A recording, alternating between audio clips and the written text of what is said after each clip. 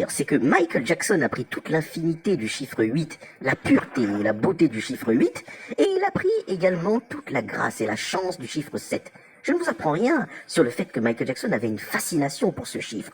Juste petite parenthèse, le papa, donc le grand-père de Michael Jackson, est né en 1907. Et sa grand-mère également, donc la maman de Catherine Jackson. La maman de Catherine Jackson est décédée un 25 avril. Et le grand-père de Michael Jackson, donc le papa de Catherine Jackson, est lui décédé en 1997. Je ne sais pas ce qui se passe dans cette famille avec le chiffre 7, mais il semblerait que l'univers essaie de nous dire certaines choses, essaie de nous dire des choses, des choses que même les plus brillants d'entre nous, les plus brillants scientifiques d'entre nous, n'arrivent pas encore à comprendre. Mais force est de constater qu'il y a quelque chose de magique dans cette famille très pieuse, voilà, signifiant que ce sont des gens très fervents, des gens croyants, quoi. Voilà, c'est ça.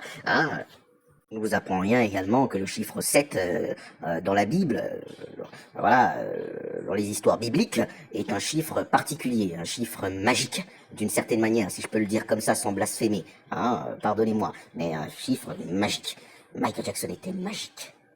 Cette femme qui rencontre Joe Jackson en 1947 est également chanteuse de musique country, comme pour vous dire que, voilà, la musique country est une musique noire à la base, non, juste, c'est une petite parenthèse, parce qu'il y a certaines personnes qui pensent que la musique country est une musique blanche et uniquement dédiée aux gens de couleur blanche, voilà. Bon, enfin bref, revenons à Catherine Jackson. Catherine Jackson, voilà, cette femme fabuleuse qui, soit dit en passant, est celle qui aura la charge des enfants de Michael Jackson après son décès, est également une femme, est également une personne de 94 ans, et une des dernières personnes à avoir connu réellement Michael Jackson, à avoir connu les débuts, à avoir vu Michael Jackson quand personne d'autre autour n'était là, à avoir vu l'évolution de Michael Jackson.